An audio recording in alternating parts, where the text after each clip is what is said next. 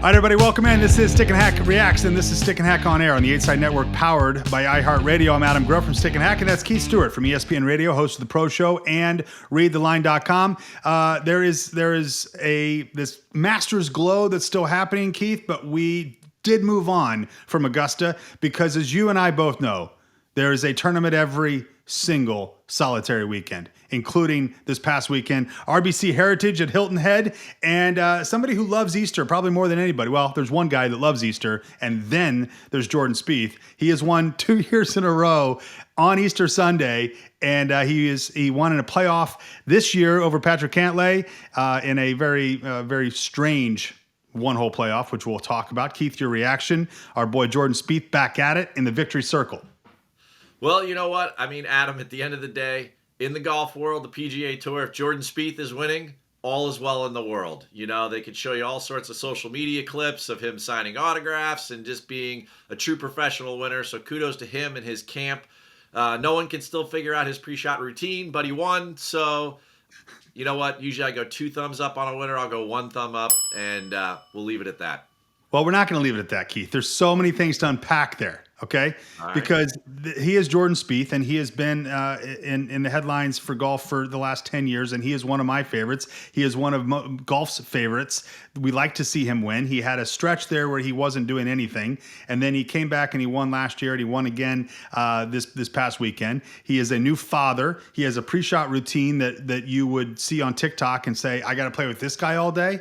That's what is happening with Jordan. However, it seemed to work. He goes into a playoff with not a no-namer. He went into a playoff with Patrick Cantlay, and they both hit it into the bunker on their second shot, come up short, and Patrick had probably one of the worst lies I've seen in a long time. That's not true. Every time I play golf, I have that lie. But he was pretty much stuck the second that he got into that bunker, and he knew, especially with Jordan's sand game. Your reaction, first of all, to the new father. This is his first victory as a father, which I don't know what that means, but kudos, I guess. Second is that playoff hole. What happened where they both were in the middle of the fairway, they both come up short, and now it's a chip off for victory. Hey, I don't know what it means to win on Easter Sunday, but CBS was pretty proud of themselves for coming up with that for 2 years in a row, and then extrapolating out to the fact that next year the Masters Sunday is on Easter. You know, Congratulations to them and their whole team. Now you get to the playoff, and here's my issue. You know, Spieth kind of just squirrels one out there, right? Yeah. He's got 205 yards to the pin. I mean, that's a pretty tough shot. He was into a breeze, obviously. Cantlay had 9-iron in. Mm-hmm. I mean, 9-iron for him in a playoff to end up, you know, kind of fried egg lie in the bunker. You know, I don't know. I mean, I expect a little more out of Patty Ice in that situation. That's a thumbs down. Because he was going to change, and you saw him for a second guess himself, and we all do it. He said, I don't know if this is enough club, but he started to go back to the bag, and then he's like, nah, I got it. And he didn't. He ended up the same spot that Jordan did, and going second in a playoff is typically where you want to be. You want to know what you have to do. You want to hit it. All you do is hit it safe to the green to, 20 feet just to secure himself an auto 2-putt, knowing that Jordan is in the bunker. Now, Jordan has a history of holing out from the bunkers, but and he almost did. He almost did. So overall, thumbs up. It's RBC Heritage. Jordan Spieth's a winner. All those things are good headlines, right? But I mean, outside of that, but honestly, you go back to that playoff. I mean, the only one who performed that bad in the moment was Jordan Spieth's wife carrying that baby. I mean, Cantlay just didn't get it done. It was awful. I didn't know if we were going to bring that up or not, but I mean, you have to. You know, I mean, that's when Twitter golf is at its most glorious. Is not celebrating the fact that golf's prodigal son has returned. You know, pre-shot routine and all, to have Jordan back. I mean, again, this is where we started. Having Jordan Spieth win and not miss the cut at the Masters is where golf is at its best. And, of course, those victories only last so long when your wife's running around like she's holding a rag doll. So it's and if you haven't seen it, do yourself a favor. And as soon as this show's done, go check that out. check the video out of his wife running onto the green with the baby as if it was a sack of potatoes. It is really something special.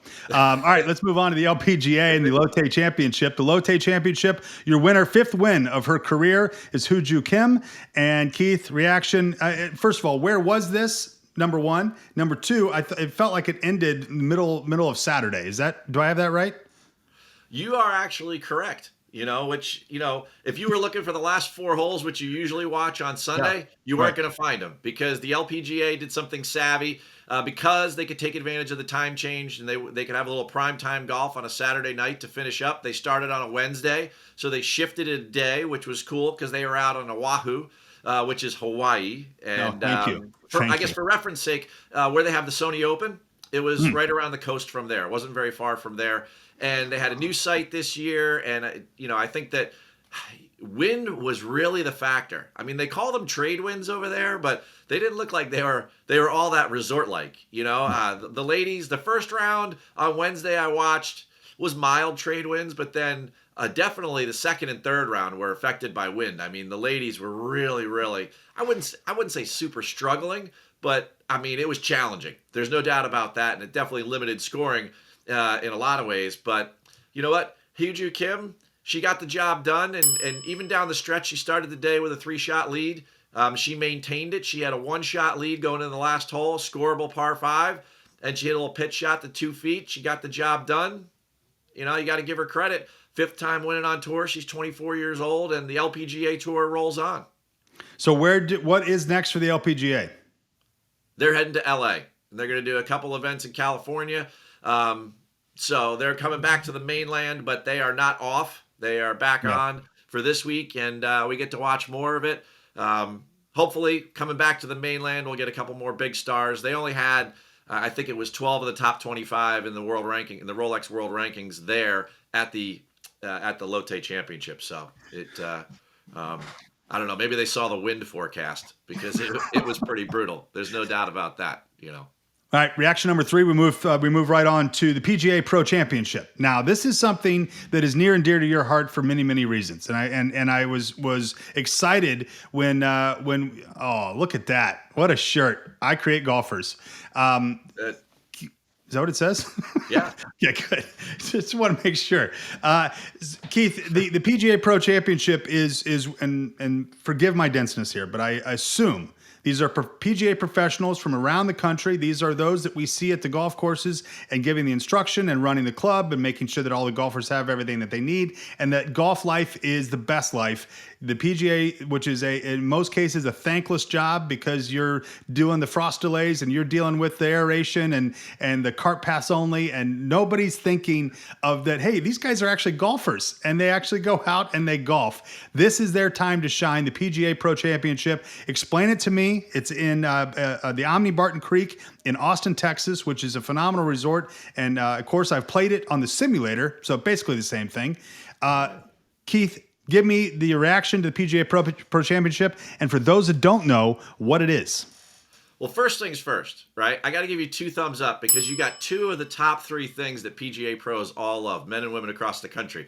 You got frost delays, right, and you got aeration. The only one you missed was reciprocal play. So I mean, hey, just for next year. You know anybody at Mystic River? Can you get me on there, please? Can you make a call for me? Yeah, I'm right on that. In the New York City area, can I play Baltusrol or Pine Valley? Would that work? Yeah. Is that okay, bro? Come on, make a call for me. Can you make a call? A call? So you did an excellent breakdown of this. 312 men and women from across the country qualify through their section championships. There's 41 sections of the PGA across the country. They all qualify. They get into this. They play for 4 days. So they played yesterday. They'll play Monday, Tuesday, Wednesday. After today, there'll be a 36-hole cut to the top 90.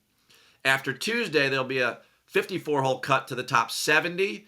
And then on Wednesday, obviously your winner gets a huge check, which is great.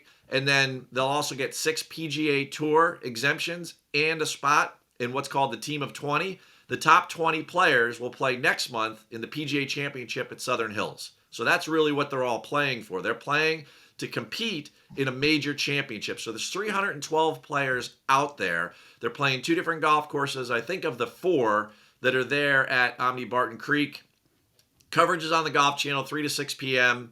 So many great stories in all of this. I mean, people that have to deal with you, Adam, on a daily basis, right, are there competing for a chance to go to Southern Hills and compete in the 104th PGA Championship. So it's a really cool thing. And because they're just a little more normal than the Patrick Cantlays and the Jordan Spieths of the world, when you get to Wednesday and you see people on that team of 20 cut line, you see a lot of emotions, and you see a lot of train wrecks, and you see a lot of people breaking through maybe for the first time. And I mean, it's obviously a career goal of all of us as PGA professionals across the country to play in the PGA Championship, our major. So you're going to see a lot of really good emotion and drama come Wednesday between 3 and 6 p.m. So certainly everybody check it out. Big thumbs up for that. Now, I remember this as you said that now. I remember that in the past, watching the PGA Championship, they would have that one pro that they would focus on early in the week. And if they did anything remarkable, we were watching that. And I never knew how they got there, if they won some sort of contest, or if they were the pro at the course there that is being hosted. I didn't know how that worked. And that has got to be a thrill of a lifetime. Have you ever been part of the PGA Pro Championship? And if so, how did you fare, and what was that experience like? I have not qualified. I've been close many, many years ago, but I have not qualified. It's really a special thing to be a part of. And, because it happens at the grassroots level, it's very much like how they go through U.S. Open qualifying. Everybody has a legit chance to go and be a part of it as long as you try to go qualify and you play well against your peers. And there's just so many great stories. I mean, on the Pro Show on Friday, I interviewed a guy who just recovered from cancer from down in Atlanta. This guy, Michael Strain. He was diagnosed with cancer in late 2019, stage 3 colon cancer, Adam. Okay. And he, during COVID, he went through chemo and surgery and all of these things, and he fought back and he qualified in 2021 for this year's national championship. And there's just so many amazing stories just like that. There's 312 players there this week from all corners of the country. It's really a cool thing because unlike, when you start to talk about the U.S. Open, it's very limiting in the number of people that can even qualify based upon their handicap index. I mean, like, you couldn't try, right? But anyone that's a PGA professional across the country, of the 28,000, can hop in. You could throw your name in and you could try your best in order to get in, and you could become part of that team of 20. And there's even women competing there this week. I mean, that's awesome. Stephanie Connolly Eisworth, she's tied for 31st after the first round. Now, she can't become part of that team of 20 because she's selected to play from a forward tee that, it's at a certain percentage less than what the men are playing from. But she's competing for winning the national championship. And she'll get paid just the same, but she just doesn't get to go on to the team of 20. So, she's tied for 31st. She shot a couple under yesterday. That's a cool story. There's 5 women in the 312. It's really just a neat thing. And when you get to Wednesday, it is one of those cut line things. It's very much like that the longest day in golf they talk about with the U.S. Open. But these are lifers. This isn't like a college kid that's playing Division I golf and he's like a total stud and he's going to qualify for the U.S. Open. These are people. You get people like you, Keith. They're people like you, right? Yeah. They're people like you. And you could watch these guys and gals on the Golf Channel, which is also awesome. They're getting some coverage, and I think that's probably the coolest thing to know is that you're on TV, you're playing in this thing. It's a tournament, but at the end of the day, there's a spot for you at the PGA Championship. That's a PGA Pro Championship. Is at the Omni Barton Creek happening right now. So make sure if you know somebody, or if you just want to see some golf that's a little bit closer to what you probably play on the weekend, and not the PGA superstars that we see every weekend, but maybe a little bit closer to those +1, +2s that you're seeing out there in your course. Go see these guys on the Golf Channel. It is the PGA Pro Championship, and it's just a great thing for those and they have to deal with people like me asking for reciprocal, asking if it's cart path only, asking if there's any way I could squeeze in a quick 9. This is their moment. Keith Stewart from ESPN Radio, host of the Pro Show and Read the Line. This is Stick and Hack on Air on the 8 Side Network, powered by iHeartRadio. Thank you so much, everybody. Enjoy your Monday lunch. Enjoy your week. Hey, don't forget your taxes today, Adam. Oh, God. That's right. Whoopsies. Gotta go. Bye. Bye.